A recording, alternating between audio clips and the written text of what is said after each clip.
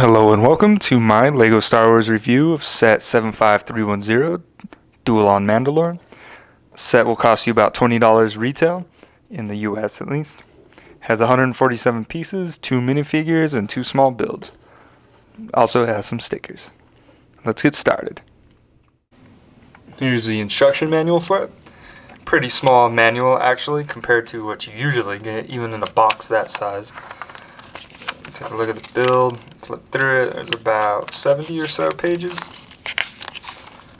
Yep, and then you take a look. Here's all the other sets that came out in 2020/2021. Bad Batch Shuttle, Mandalorian Starfighter, all that, 501st. An advertisement for the game that has yet to release, Star Wars Skywalker Saga. Parts list, and win, which I never do. Up first is Ahsoka Tano in her Clone Wars Season 7 attire. 2 blue lightsabers that Anakin made for her. What I really like about this figure in particular is the quality of the lightsaber blades here. They don't have any bubbles in them. And what I mean is, when I was younger, and sometimes today, I don't really pay attention all that much, but a lot of the times they'll have bubbles inside the actual translucent saber color. So Lego's been pretty good about that the last few years as far as I'm aware. So I really appreciate that. I really like the semi-chrome lacquered lightsaber hilt here. In my opinion, I prefer the old vintage ones from 1999 to around 2005-ish, 2006-ish. But these are nice because they don't flake off, they don't peel off, and you don't see the undertone or the actual mold color. She's got 2 faces. She's got a angry face and a, if I can pop it off, well, see what I did here? Oh my gosh. Okay, this is not working. Look. Oh my. 3 hours later. There it is. That took way longer than it needed to. There's her alternate face, more smiley face, more happy face. I really do like the continuous print from her torso down to her legs. No feet print, but you know, you win some, you lose some. The only thing I find inaccurate about this figure is her head tails. Now, in Star Wars, she is a Togruta. I think that's how you say it. Which same species as Shakti. But the younger they are, the shorter the head tails are, and then when they get older, that's how long they are. Like that's what she should look like in the Mandalorian series. But yeah, I appreciate the printing. I appreciate the rubber texture, even though it was a really, really big problem to get the head out of that for some reason. I own a couple of these. The only other problem with this figure, which isn't really a problem, it's just a reuse really, is she is the same exact figure that came out last year, 2020, in the AAT set with a 332nd clone. Other than that, it's accurate, a good interpretation of a Series 7 Clone Wars era Ahsoka. Alright, and up next is Clone Wars Season 7 Darth Maul. Again with the translucent lightsabers that do not have any bubbling. I really, really appreciate that. Really cool. I don't know. It's the little things, really. Mine came with a misprint, if you can tell. Let me try to focus it there. There is a white piece, well, not a white piece, a white print showing, which shouldn't be there. It should be red like this side, which it's not a big deal. I can probably find another one. Might just get a new head or buy a new figure, whatever. I really appreciate the gunmetal gray arms and torso printing. Honestly, I love this color of the arms and the legs back here. There's this back printing of his tunic, his robe, whatever you call it. And I appreciate the skin showing up through his clothes here. That's pretty accurate to what you see in the show. Also, I really appreciate, and it's a small thing, the opacity of the red print here. Now, what I mean is sometimes, like with the Han Solo figure, you'll see, his skin tone will be printed on the black, and the problem is it doesn't match, the color of the face, and it's just not opaque enough. It's really pale, and that's just a problem, a quality control thing. I'm sure they could fix it. I don't know. I really appreciate the feet printing here. Very, very nice. There you go. Get it in the light and you can see that shimmer. I absolutely adore that kind of thing on Lego minifigures. I really like that shimmer. As you know, he got sliced by the High Ground, aka Obi-Wan Kenobi in Phantom Menace, so these are robot legs. Not much else to say. I really do like this piece here.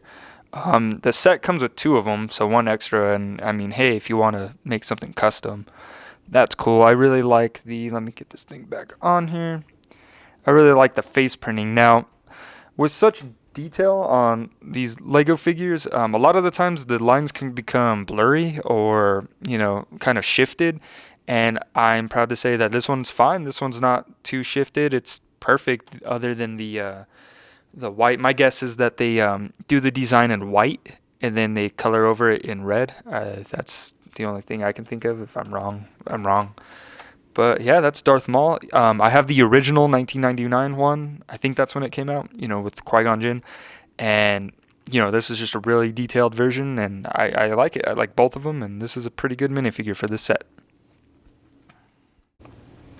Moving on to the build. Again, I've probably said it a few times, but it is a little small for a $20 set. I would say wait until it's on sale for about $15. That being said, it's not horrible. I mean, the leaves are pretty accurate to what you see in Season 7 of the Clone Wars near the throne room.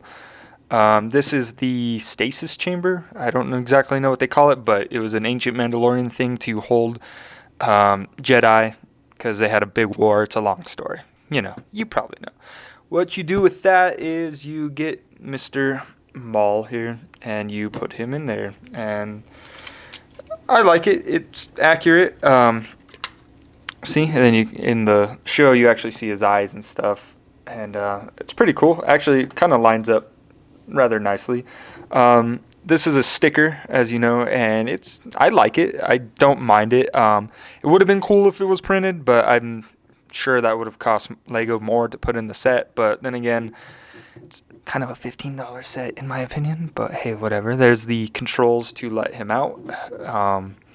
We need an updated Coruscant Guard clone trooper so we can let him out, and then just like in the show.